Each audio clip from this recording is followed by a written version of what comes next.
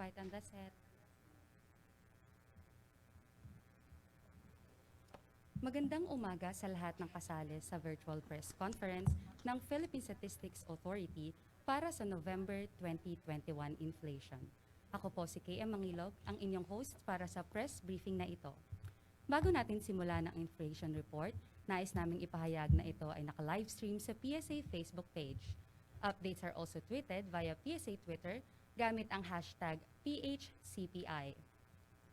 Aking ikinagagalak na ipakilala si Undersecretary Dennis S. Mapa na siyang mag-uulat hinggil sa paggalaw ng presyo ng mga bilihin sa Pilipinas noong nakaraang Nobyembre ngayong taon. Atin pong pakinggan ang panayam ni Yusek Dennis Mapa. Magandang umaga sa inyong lahat. Ang Philippine Statistics Authority ay malugod na mag-uulat ng antas ng inflation sa bansa para sa buwan ng Nobyembre 2021. Ang headline inflation o pagtaas ng presyo ng mga produkto at serbisyo sa bansa ay bumagal sa antas na 4.2% nitong Nobyembre 2021. Noong Oktubre 2021, ang inflation ay naitala sa 4.6% at 3.3% naman noong Nobyembre 2020. Ang average inflation mula Enero hanggang Nobyembre 2021 ay nasa antas na 4.5%. Ang dahilan ng pagbagal ng antas ng inflation nitong Nobyembre 2021 ay ang mas mabagal na paggalaw ng presyo ng food and non-alcoholic beverages na may 3.9% inflation at 93.2% share sa pagbaba ng pangkalatang inflation sa bansa. Ito ay dahil sa mas mabagal na pagtaas ng presyo ng mga sumusunod. Gulay, gaya ng sibuyas na may inflation na minus 1.8% mula sa 11.4% inflation noong Oktubre 2021. Isda, tulad ng tamban na may 7.9% inflation mula sa 9.5% inflation noong Oktubre 2021 at karne, partikular ang baboy, na may inflation na 10.7% mula sa 11.9% inflation noong Oktubre 2021. Pagdating naman sa contribution sa overall inflation nitong Nobyembre 2021, ang pangunahing nag-ambag ay ang food and non-alcoholic beverages na may inflation na 3.9% at 36.5% share sa pangkalatang inflation. Ang mga pangkat ng pagkain na pangunahing nag-ambag sa inflation ng food and non-alcoholic beverages ay ang mga sumusunod. Karne, gaya ng manok na may 10.7% inflation. Isda, tulad ng galunggong na may 7.9% inflation. At bigas na may 1.0% inflation.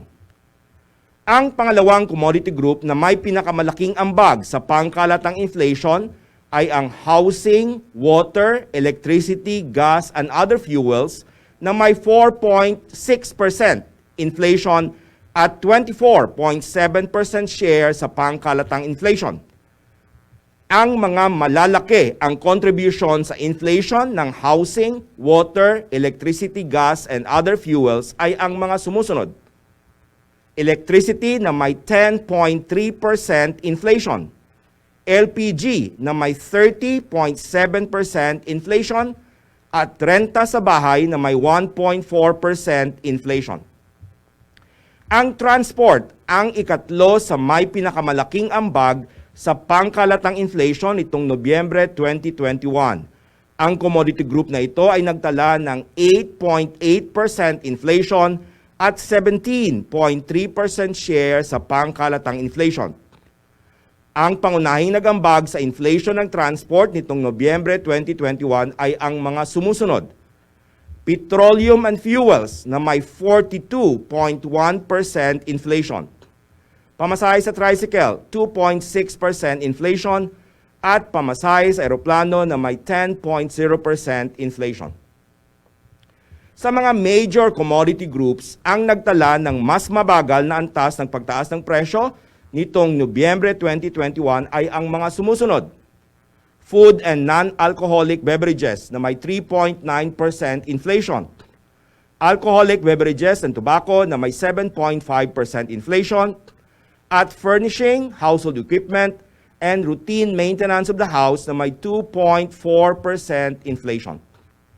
Samantala, mas mabilis na antas ang pagtaas sa presyo naman ang naitala sa housing, water, electricity, gas, and other fuels na may 4.6% inflation at transport na may 8.8% inflation.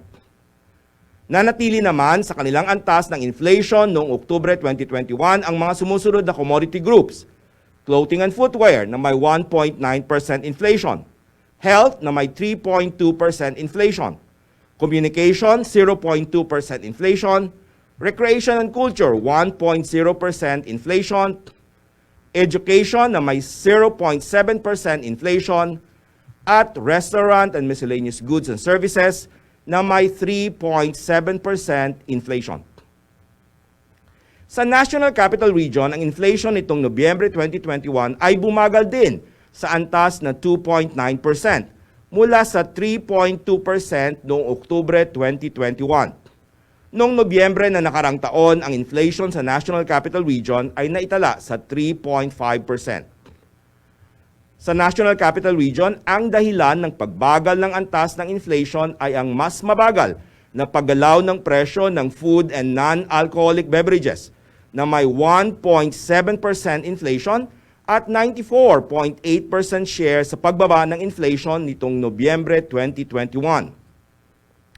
Ito ay dahil sa mas mabagal na pagtaas ng presyo ng mga sumusunod: gulay gaya ng ampalaya na may inflation na minus 18.9% mula sa minus 0.5% inflation noong Oktubre 2021. Isda, partikular ang galunggong, na may 7.4% inflation mula sa 9.8% inflation noong Oktubre 2021, at mais na may 3.8% inflation mula sa 14.2% inflation noong Oktubre 2021. Sa mga pangkat ng pagkain sa National Capital Region, nagtala ng pagbaba ng presyo nitong Nobyembre 2021 ang mga sumusunod: prutas tulad ng saging na may negative 3.2% inflation, at gulay gaya ng sibuyas na may negative 18.9% inflation. Samantala, nagpakita ng mas mabagal na pagtaas ng presyo nitong Nobyembre 2021 ang mga sumusunod: mais, 3.8% inflation; isda, partikular ang galunggong, 7.4% inflation; at sugar, jam, honey, chocolate, and confectionery na may 0.9% inflation.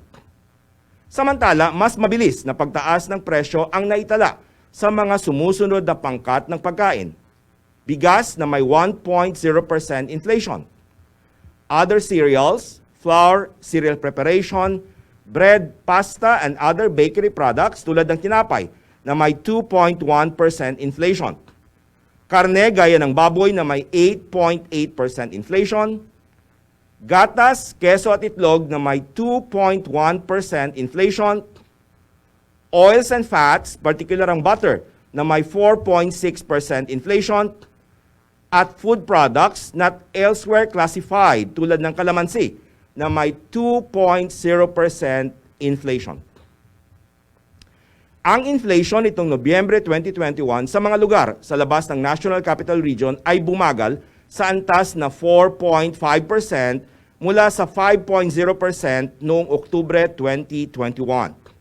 Noong Nobyembre na nakarang taon, ang inflation sa lugar sa labas ng National Capital Region ay naitala sa 3.3%. Sa mga lugar sa labas ng National Capital Region, ang dahilan ng pagbagal ng antas ng inflation ay ang mas mabagal na paggalaw ng presyo ng food and non-alcoholic beverages na may 4.4% inflation at 92.5% share sa pagbaba ng inflation nitong Nobyembre 2021. Ito ay dahil sa mas mabagal na pagtaas ng presyo ng mga sumusunod: gulay tulad ng sibuyas na may 2.3% inflation mula sa 14.0% inflation noong Oktubre 2021. Karne gaya ng baboy na may 11.3% inflation mula sa 13.1% inflation noong Oktubre 2021 at isda, partikular ang tamban na may 8.0% inflation mula sa 9.4% inflation noong Oktubre 2021. Sa mga pangkat ng pagkain sa labas ng National Capital Region, mas mabagal na pagtaas ng presyo ang naobserbahan sa mga sumusunod. Karne, tulad ng baboy na may 11.3% inflation, isda, partikular ang tamban na may 8.0% inflation, prutas tulad ng saging na may 1.0% inflation, at gulay gaya ng sibuyas na may 2.3% inflation. Samantala, nagpakita ng mas mabilis na pagtaas ng presyo nitong Nobyembre 2021 ang mga sumusunod. Bigas na may 1.0% inflation, mais na may 15.7% inflation, other cereals, flour, cereal preparation, bread, pasta, and other bakery products gaya ng tinapay na may 2.2% inflation, gatas, keso at itlog na may 1.1% inflation, oils and fats tulad ng butter na may 6.2% inflation, sugar, jam, honey, chocolate, and confectionery na may 2.0% inflation, at food products not elsewhere classified tulad ng kalamansi na may 2.3% inflation. Ang pinakamataas na inflation sa mga riyon sa labas ng National Capital Region nitong Nobyembre 2021 ay sa Region 11 o Davao Region na may 6.2% inflation mula sa 5.9% inflation noong Oktubre 2021. Samantala, ang BARM ang siya pa ring may pinakamababang inflation sa mga riyon na nasa labas ng National Capital Region nitong Nobyembre 2021. Ito ay nagtala ng 2.6% inflation. Kung ihahambing sa inflation na naitala sa mga riyon sa labas ng National Capital Region noong Oktubre 2021, 6 na riyon ang nagtala ng mas mataas na inflation nitong Nobyembre 2021. Ito ay ang mga riyon na may kulay orange. 9 na riyon naman ang nagtala ng mas mababa na inflation nitong Nobyembre 2021. Ito ay ang mga riyon na may kulay green. Samantala, ang Region 10 o Northern Mindanao naman ang nananatili sa kanyang antas ng inflation noong Oktubre 2021. Sa bottom 30% households, ang inflation nitong Nobyembre 2021 ay naitala sa 4.2%. Ito ay mas mababa sa antas na naitala noong Oktubre 2021 na nasa 4.8%, habang 3.6% naman noong Nobyembre 2020. Ang average inflation para sa bottom 30% income households mula Enero hanggang Nobyembre 2021 ay nasa antas na 4.8%. Ang pangunahing dahilan ng pagbaba ng antas ng inflation para sa bottom 30% income households nitong Nobyembre 2021 ay ang mas mabagal na paggalaw ng presyo ng food and non-alcoholic beverages na may 4.2% inflation at 91.5% share sa pagbaba ng inflation nitong Nobyembre 2021. Ito ay dahil sa mas mabagal na pagtaas ng presyo ng mga sumusunod. Gulay tulad ng kamatis na may 1.7% inflation mula sa 12.7% inflation noong Oktubre 2021. Isda gaya ng dilis na may 8.0% inflation mula sa 9.4% inflation noong Oktubre 2021. At karne, partikular ang manok na may 13.3% inflation mula sa 15.2% inflation noong Oktubre 2021. Ang monthly data ng inflation para sa all-income households at para sa bottom 30% income households ay inyong makikita sa website ng Philippine Statistics Authority. Maaari itong ma-access sa mga links na naka-flash sa screen o sa pamamagitan ng pag-scan ng QR codes na nasa screen. Dito nagtatapos ang aking paglalahad ng antas ng inflation o pagtaas ng mga presyo ng bilihin at serbisyo sa bansa para sa buwan ng Nobyembre 2021. Ang Philippine Statistics Authority ay lubos na nagagalak sa inyong paglahok sa online press conference tungkol sa inflation sa bansa. Salamat at magandang umaga. Maraming salamat, National Statistician and Civil Registrar General Undersecretary Mapa para sa ulat ng November 2021 inflation. Bago natin simula ng question and answer segment, we are pleased to welcome all the press and media partners na kasama sa press briefing na ito sa pamamagitan ng online video conferencing. Aming ipapadala ang inyong mga press kits sa email. Para sa mga nais magtanong, pakigamit po ang raise hand feature o magpadala ng katanungan via chat box. Kapag kayo ay natawag upang magtanong, pakisabi ang inyong pangalan at organisasyong kinabibilangan. Ngayon po ay handa na tayo sa question and answer segment.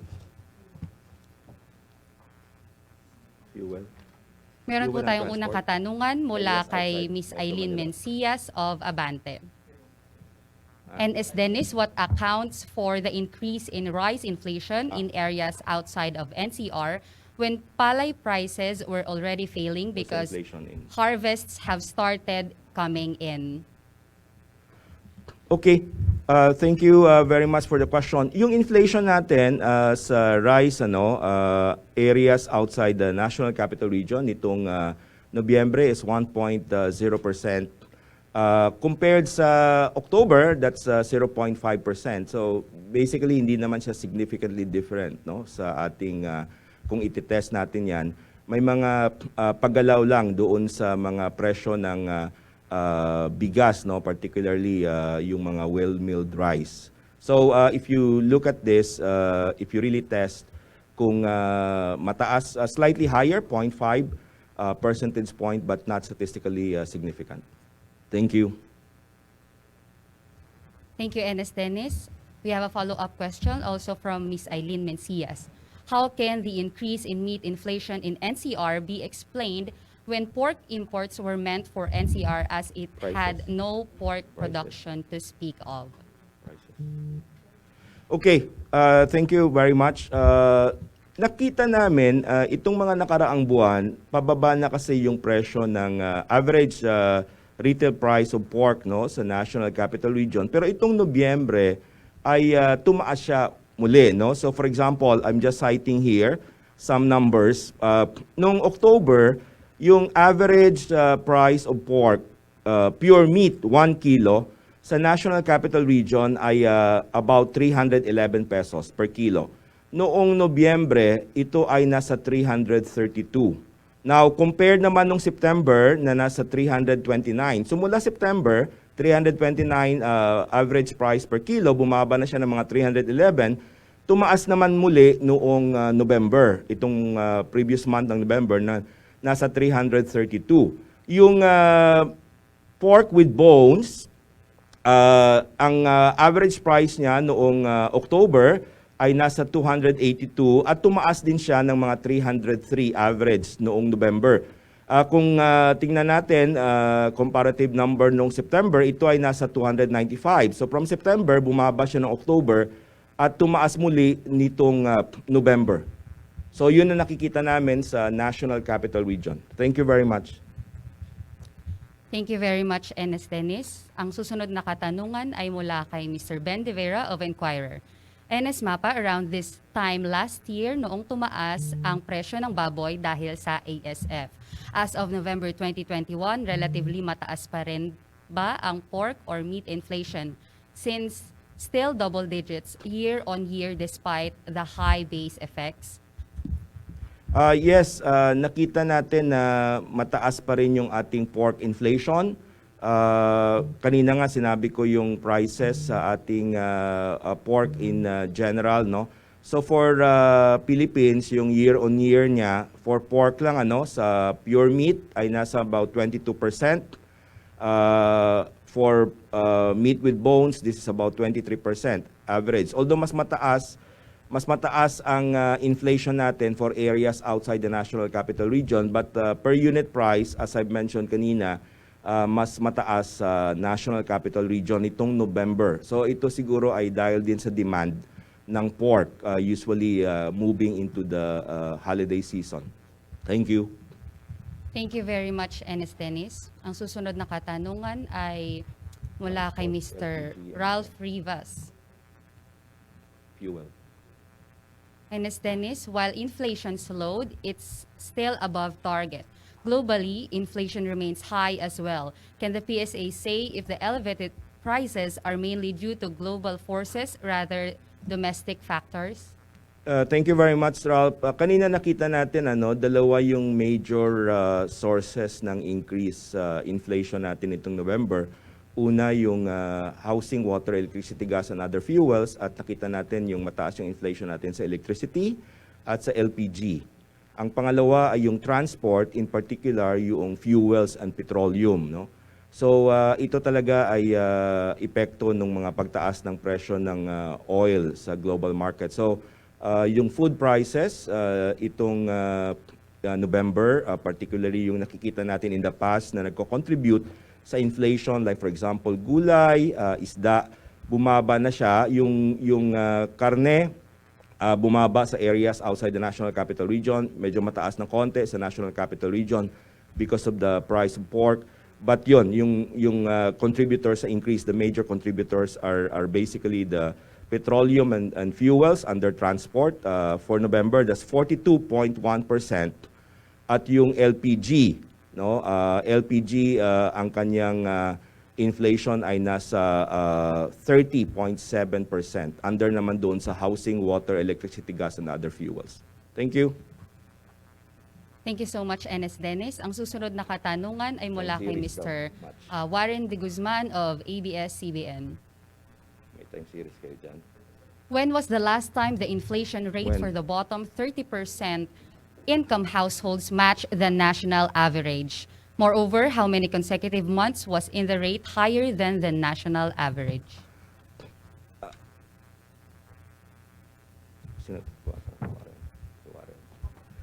Warren, mahirap itong tanong mo kasi detailed. I'm looking at the graph. Ang period na mababa yung bottom 30% compared sa all-income households ay noong 2016, yung general. Sa ngayon, mataas, normally, kung titingnan natin, mataas ang inflation ng bottom 30% compared sa average inflation kung mataas yung ating food prices. So, if you have elevated food prices, talagang expected na yung inflation for the bottom 30% would be higher simply because the weight for food, yung food basket natin ay mas mataas doon sa ating bottom 30% compared sa all-income households. No, particular dyan yung bigas. So, sa ngayon, medyo hindi ganun kataas yung bigas. In fact, stable siya at low inflation, pero on periods na mataas yung gulay, mataas yung isda, makikita natin na mataas naman yung inflation ng bottom 30% compared sa all-income households.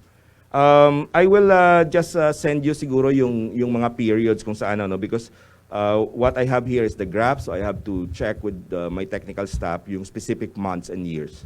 Thank you. Thank you so much, Enes Dennis. Ang ating susunod na katanungan ay mula kay Sir Alan Gatus of GMA.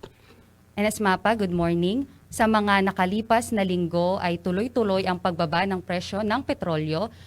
Makakatulong ba ito para lalong bumaba ang inflation? Yes, sabi ko nga kanina, itong month ng November, ang dalawang major contributors natin ay related sa petroleum prices, yung doon sa housing, water, electricity, gas, and other fuels, yung electricity, saka yung LPG, doon naman sa transport, basically yung fuel and petroleum. So nakita rin namin na bumababa itong presyo ng petrolyo nung mga nakaraang linggo at hopefully marireflect ito sa ating inflation for December. So we will be reporting this, and it will be reflected in the inflation report. Thank you. Thank you, Enes Dennis. We have a follow-up question from Sir Warren de Guzman of ABS-CBN related to his question earlier. So the last time, the bottom 30% inflation rate matched or was lower than the national average was 2016. In general, yung nakikita kong figure dito, 2016. Pero kung specific month, nag-match siya noong August 2019. But marami siyang mga months na mas mababa doon sa 2016. Thank you. Thank you very much, Enes Dennis. And for our last question, we have from Ms. Eileen Mencias of Abante. When will the FIES be released? Were there significant changes in the spending patterns of people, and what were these? Thank you very much for this question, Eileen. Ang Family Income and Expenditure Survey na ginawa natin during the first visit nitong July to cover the income and expenditure mula January hanggang June 2021. Ilalabas muna natin ang unang report na manggagaling sa Family Income and Expenditure Survey, yung ating official poverty statistics to cover the first half of 2021. At ito ilalabas namin sa mga susunod na linggo. Ang target namin ay December 17, no? But I have to check with the technical staff if matatapos. But that is the first report. And after that, we will see, at least for the first semester of 2021, yung changes in terms of expenditure consumption pattern. Definitely, may nakikita naman tayong mga changes, but we will wait until all the data and the report will be available. Thank you. Thank you very much, Enes Dennis. We would like to thank all our press and media partners for joining us in the November 2021 inflation briefing. So we'll see you in a few minutes para sa ating October 2021 Labor Force Survey Report. You may visit our website at www.psa.gov.ph for more updates. Muli ako si KM Mangilog ng Philippine Statistics Authority. Maraming salamat at magandang umaga sa inyong lahat.